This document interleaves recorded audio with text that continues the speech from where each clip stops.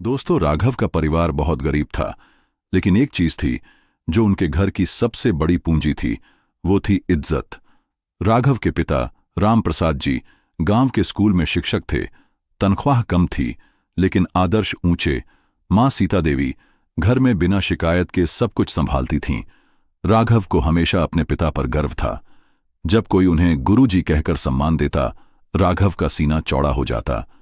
पिता हमेशा एक ही बात कहते थे, बेटा, गरीब होना कोई शर्म की बात नहीं, लेकिन अपनी इज्जत मत खोना। एक दिन स्कूल में एक नया प्रिंसिपल आया, श्रीमान बख्शी। कठोर स्वभाव, धनवान परिवार से था। उसने आते ही स्कूल में सख्ती बढ़ा दी। राघव की क्लास चल रही थी और वह पीछे बैठा पढ़ाई कर रहा था। बाहर स्टाफ मीटिंग चल रही थी। बख्शी सर ने सब शिक्षकों को एक लाइन में खड़ा कर लिया। राम प्रसाद जी, सिलेबस अभी तक पूरा क्यों नहीं हुआ? बख्शी गरजा।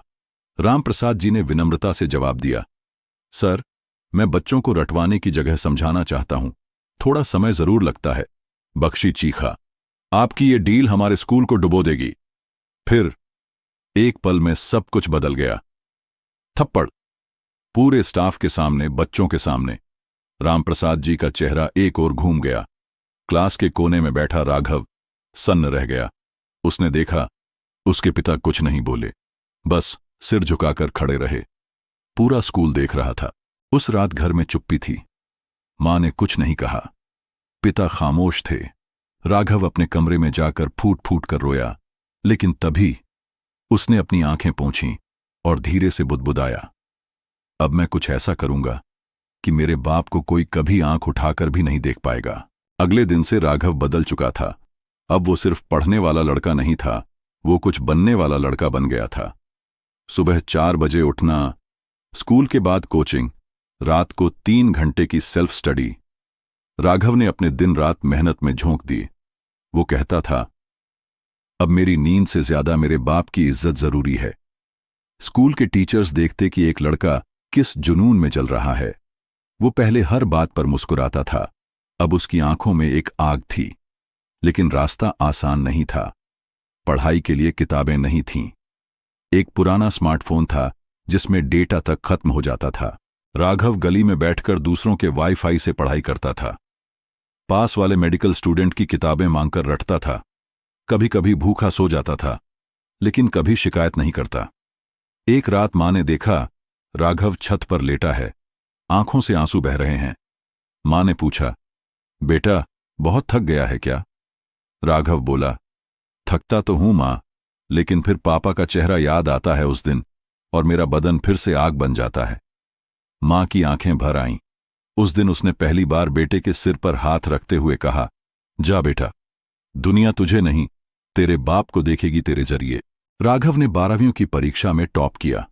गांव में पहला लड़का था जो जिले में मेरिट लिस्ट में आया था। सब जगह चर्चा थी, राम प्रसाद जी का बेटा है, गजब कर दिया। लेकिन असली परीक्षा अभी बाकी थी, आईआईटी की तैयारी। कोचिंग के लिए पैसे नहीं थे, सिर्फ 15,000 रुपए जमा थे पूरे घर में। राम प्रसाद जी ने कहा, बेटा, इन पैसों से शादी में काम आ सकता था, पर तू ही मेरी असली पूंजी है, ले जाइए। राघव को दिल्ली जाना था, बस की टिकट और 3 महीने की फीस, बाकी सिर्फ उम्मीद। दिल्ली के भीड़भाड़ में एक छोटे से कमरा किराए पर लिया। पंखा चलता नहीं था, लेकिन राघव का दिमाग हर पल आंधी की तरह चलता था। वो क्लास के बाद कोचिंग सेंटर की लाइट में बैठकर नोट्स बनाता, चुपचाप सबके सवाल सुनता और समझता। लेकिन एक दिन कोचिंग इंस्टीट्यूट ने उसे निकाल दिया, फीस न भरने की वजह से। उस दिन उसने कोचिंग के गेट पर बैठकर कहा, मेरे पास किताब नहीं सही, लेकिन मेरा इरादा एक पूरी लाइब्रेरी से बड़ा है। वो लौट गया अपने कमरे में। यूट्यूब से फ्री लेक्चर देखे, पुराने नोट्स से प्रैक्टिस की, मॉक टेस्ट्स खुद से बनाए। कई बार लगता हार मान लूं, लेकिन फिर उस थप्पड़ की गूंज सुनाई देती। थप्पड़, फिर से आंखों में वो ही आग। फिर एक दिन आईआईटी जेईई का एग्जाम का दिन आ गया। राघव का चेहरा शांत था, लेकिन अंदर एक तूफान था। परीक्षा दी, निकलते वक्त सिर्फ एक बात अपने आप से बोला, अब दुनिया मुझे जाने या ना जाने, लेकिन मैं खुद को साबित कर चुका हूं। रिजल्ट का दिन आया। राघव ने मोबाइल खोला। All India rank 162 IIT Bombay, computer science में सिलेक्शन। वो चिल्लाया नहीं, बस धीरे से मुस्कुराया और पापा की तस्वीर के सामने बैठ गया। मां ने आंसू रोकते हुए पूछा, क्या हुआ बेटा? राघव ने कहा, आज पापा के उस थप्पड़ की कीमत दुनिया ने समझी होगी मां। पूरा गांव राघव के घर पर आया बधाई देने। वो ही लोग जो पहले कहते थे, इतना पढ़ लिख कर करेगा क्या, नौकरी तो फिर भी दिल्ली वालों को ही मिलती है। अब वही लोग उसके पांव छू रहे थे। एक चैनल ने उसका इंटरव्यू लिया, इतनी गरीबी के बावजूद आपने इतना बड़ा मुकाम पा लिया, कैसे? राघव ने सिर्फ एक वाक्य कहा, जिस दिन मेरे बाप को थप्पड़ पड़ा था उस दिन मैं सिर्फ बेटा नहीं रहा था, मैं एक संकल्प बन गया था।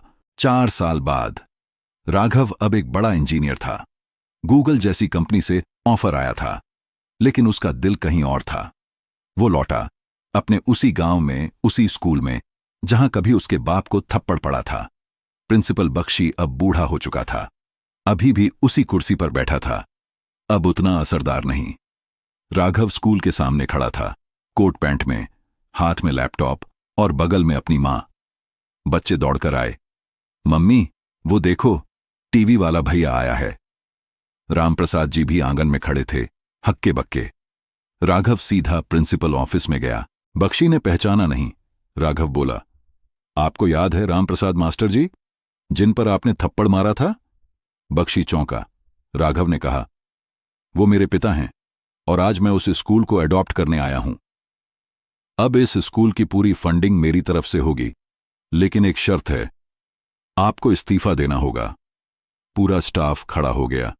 बख्शी ने धीरे से कलम उठाई और चुपचाप इस्तीफा लिख दिया। राघव बाहर निकला, पापा के पैर छुए और कहा, अब कोई आपको थप्पड़ नहीं मारेगा पापा, अब आप इस स्कूल के संचालक होंगे। राघव की कहानी वायरल हो गई। एक टेड टॉक में उसने अपने संघर्ष की कहानी सुनाई। मेरे साथ कोई हादसा नहीं हुआ था, मेरे पिता के साथ हुआ था, लेकिन जब आपने किसी अपने को टूटते देखा हो तो आप भी खामोश नहीं रह सकते। लाखों युवाओं ने उसे फॉलो करना शुरू कर दिया। उसने एक एनजीओ शुरू की, इज्जत की राह, जहां वो उन बच्चों को पढ़ाता है जिनके पास सपने तो हैं लेकिन साधन नहीं। आज उसका नाम फॉर्ब्स अंडर 30 में है। लेकिन जब लोग पूछते हैं, आपकी सबसे बड़ी जीत क्या रही, तो राघव मुस्कुराकर कहता है, जिस दिन मेरे पापा की आंखों में फिर से आत्मसम्मान लौटा, उसी दिन मैंने जीत ली थी ये दुनिया। अंतिम वाक्य, एक थप्पड़ ने उसे तोड़ा नहीं, उसे बना दिया। क्योंकि अगर अपमान दिल को चुभ जाए तो वही इंसान दुनिया को झुका सकता है। दोस्तों, यदि आपको ये कहानी अच्छी लगी तो वीडियो को लाइक और हमारे चैनल रियल टेल्स इंडिया को सब्सक्राइब जरूर करें। और यदि आपको किसी और कहानी पे वीडियो चाहिए तो नीचे कमेंट जरूर करें। धन्यवाद।